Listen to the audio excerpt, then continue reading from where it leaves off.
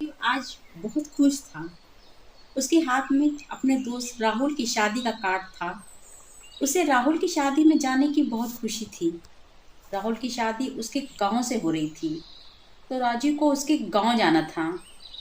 राजीव इससे पहले कभी गांव नहीं गया था, इसलिए वो ज़्यादा खुश था कि उसे गांव की जिंदगी को देखने को मिलेगी। राहुल की शादी 25 जून को थी और राहुल ने उसे 24 जून को बुलाया था। लेकिन राजीव से रहा नहीं जा रहा था।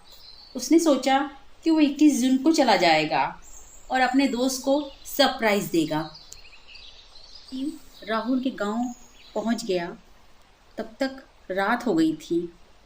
राहुल ने राजीव को बताया था कि उसका घर नदी के पास एक मंदिर है और ठीक उसके बगल में उसका घर है। राहुल ने सोचा कि वो घर ढूंढ लेगा और अपने दोस्त को सरप्राइज भी दे देगा। तो राजीव चलता जा रहा था और सोच रहा था कि राहुल ने बताया था कि गांव में बहुत लोग घर के बरामदे में सोते हैं अपने जानवरों की रक्षा के लिए। तो कुछ भी नहीं ऐसा दिख रहा और ये सन्नाटा भी बहुत ज़्यादा हो गया है। राजीव को अब थोड़ा डर लगने लगा था, पर वो अपने कदम बढ़ाए जा रहा था। चलते चलते थोड़ी दूर पे नदी की बहने की आवाज़ आने लगी थी और हवा अचानक बहुत ठंडी हो गई थी। राजीव को अब बहुत ठंड लग रही थी, पर उसे समझ में नहीं आ रहा था कि अचानक इतनी ठंडी हवा कहाँ से आ रही है। वो नदी के पास मंदिर तलाश करने लगा, क्योंकि राहुल के बताए अनुसार तो नदी के पास मंदिर और मंदिर के पास घर होना चाहिए। अभी राजीव की नज़र मंदिर ढूंढी रही थी तब नदी में कुछ हलचल हुई। उसकी नज़र उस नदी पर गई तो उसका दिल कांप गया। उसकी आंखें फटी रह गईं।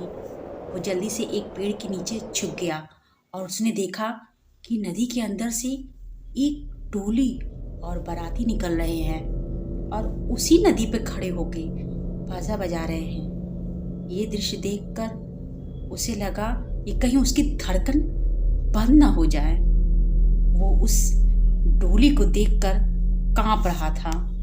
कुछ देर में वो डोली फिर उसी नदी में समा गई, जैसे ही कुछ वहां था ही नहीं।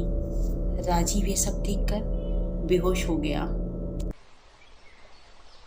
तो उसकी आंखें खुली तो उसने राहुल को अपने सामने पाया। राजीव इससे पहले कि कुछ बोलता, राहुल उसे समझाने लगा। डर मत, वो सब बीत गया। अब वो सब नहीं होगा और तुझे भी कुछ नहीं होगा।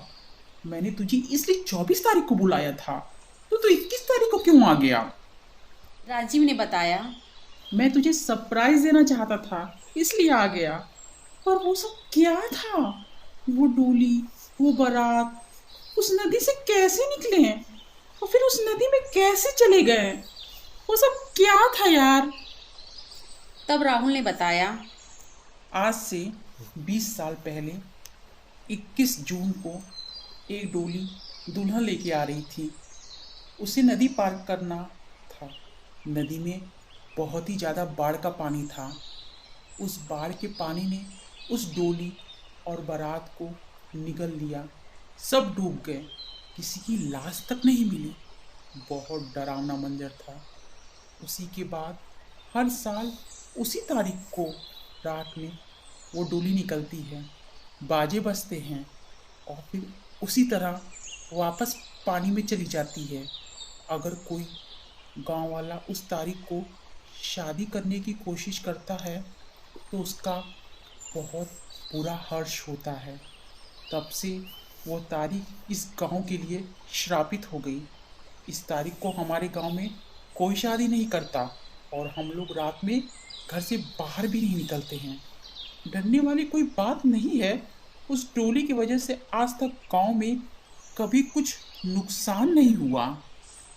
अब तुम डरना छोड़ के मेरी शादी में शामिल हो। राजीव मन ही मन सोच रहा था कि मुझे सच में 24 तारीख को ही आना चाहिए था। उस श्रापित दिन को नहीं, कम से कम मैं वो भयानक मंजर देखने से तो बच जाता। क्या आप किसी ऐसी जगह जाना चाहेंगे जहाँ का एक दिन श्रापित हो?